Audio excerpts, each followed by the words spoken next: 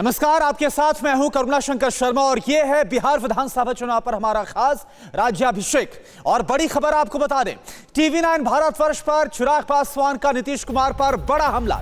नीतीश को दोबारा मुख्यमंत्री नहीं बनने दूंगा, यह बात एलजेपी अध्यक्ष चिराग पासवान की तरफ से कही गई।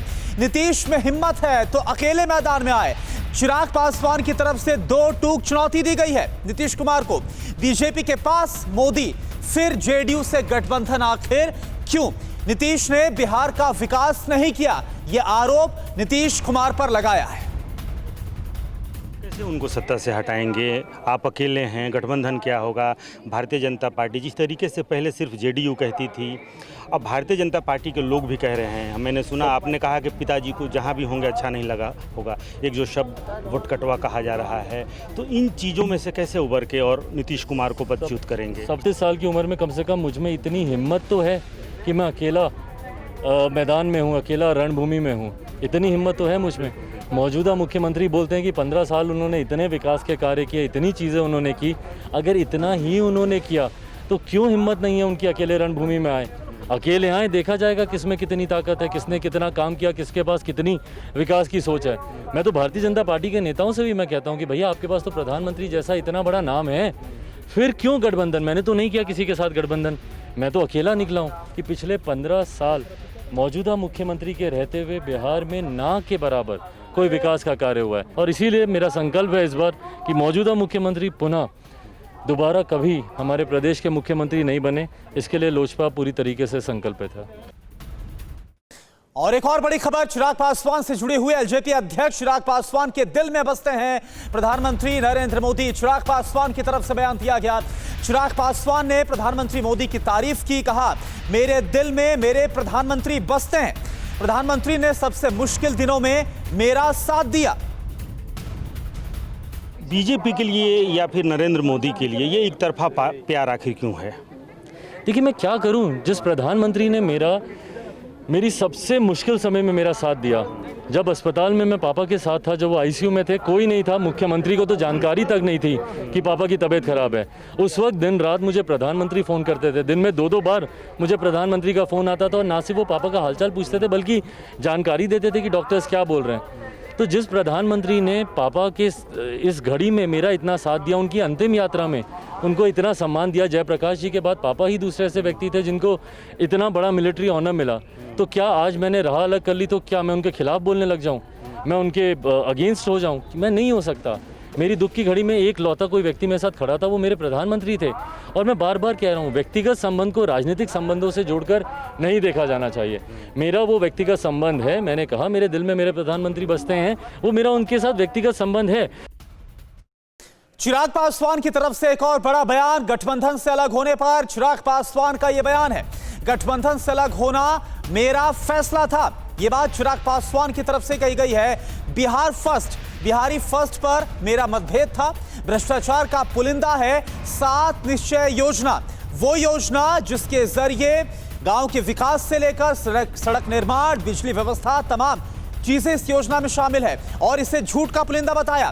बीजेपी के नेता नीतीश की बोली बोलते हैं। चिराग पासवान की तरफ से यह बड़ा बयान दिया गया है बिहार बीजेपी के नेताओं को लेकर। बिहार के विकास को लेकर सीएम ने हाथ खड़े कर दिए।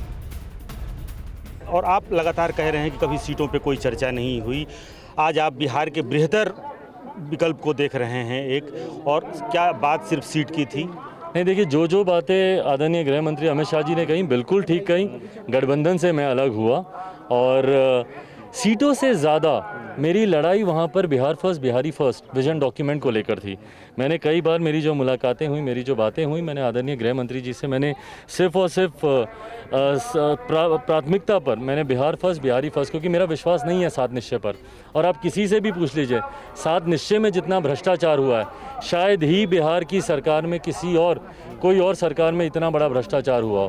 और जिस तरीके से ये महागठबंधन की योजना है, जिस तरीके से कांग्रेस राजद के साथ मिलकर हमारे मुख्यमंत्री जी ने इस योजना को बनाया था, आज वही योजना को ये एनडीए के साथ लेकर आ रहे हैं। और देखिए, नली गली से बनाना बिहार में विकास नहीं हो सकता। आपको बड़ी सोच रखनी होगी, आपको निवेशकों को बुलाना होगा, आपको लैंड रिफॉर्म चेंज करने होंगे, सिंगल विंडो क्लियरेंस निवेशकों के लिए देना होगा। पर हमारे मुख्यमंत्री तो हाथ खड़े करके बैठे हैं। और अब बात करते हैं चिराग पासवान के एक बड़े दावे की। भले ही गठबंधन बीजेपी जेडीयू का है, लेकिन चिराग पासवान की तरफ से कहा गया कि बिहार में बीजेपी और एलजेपी की सरकार बनेगी। चिराग पासवान का ही बड़ा दावा, बिहार में बनेगी डबल इंजन वाली सरकार। टीवी 9 भारतवर्ष पर चिराग पासवान का यह बड़ा दावा, बड़ा बयान। बीजेपी के साथ हमारा गठबंधन था और रहेगा, ये बात चिराग पासवान की तरफ से कही गई है। केंद्र की तरह बिहार में बीजेपी एलजेपी की सरकार बनेगी। 10 के बाद क्या पिक्चर आप देखते हैं? 10 को जब रिजल्ट सही मायनों में डबल इंजन की सरकार, केंद्र में जैसे भाजपा के नेतृत्व में सरकार है, वैसे ही बिहार में भी भाजपा के नेतृत्व में भाजपा लोजपा सरकार बनेगी। क्या फिर से तेजस्वी या महागठबंधन की तरफ लोजपा के जाने की? बिल्कुल भी नहीं, बिल्कुल भी नहीं, बिल्कुल भी नहीं। हम लोगों ने प्री पोल हमेशा अलायंस किया और अभी भी हम लोग प्री पोल ही अलायंस करेंगे। भाजपा के साथ हम लोग का गठबंधन था और वही गठबंधन हम लोग चुनाव के बाद भी रखेंगे। और इस बीच चिराग पासवान ने कहा कि मैं शेर का बच्चा हूं, जंगल जीतने निकला हूं। पापा की अंतिम इच्छा पूरी करना मेरा संकल्प है। पापा मेरे सबसे अच्छे दोस्त थे। चिराग पासवान का ये बयान। टीवी 9 भारतवर्ष से बोले एलजेपी अध्यक्ष चिराग पासवान। सुनाते हैं आपको। पूरी संवेदना है हमारी और हम लोगों के लिए भी ये एक व्यक्तिगत क्षति है। आप गांव आए हैं, पटना से लेकर दिल्ली से फिर पटना फिर गांव, कैसे चीज़ों को देख रहे हैं? एक पार्टी के आप राष्ट्रीय अध्यक्ष भी हैं, फिर एक पुत्र भी हैं, दोनों के बीच कैसे चल रहा है? पापा ही मुझे इतनी हिम्मत दे के गए हैं और मुझे इतना मजबूत बना कर गए हैं। देखिए, उनकी कमी को तो खैर उम्र भर कोई पूरा नहीं कर सकता, और मेरे लिए वो क्या थे मुझे लगता है कि शायद मैं इसको कभी शब्दों में मैं बता ही नहीं पाऊँगा। मेरे से वो पिता ही नहीं, मेरे सबसे अच्छे दोस्त भी थे।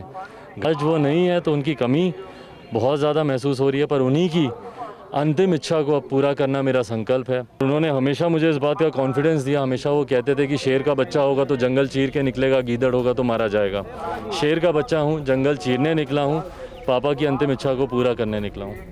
फिक्र आपकी, सोमवार से शुक्रवार रात 9 बजे सिर्फ टीवी 9 भारतवर्ष पर।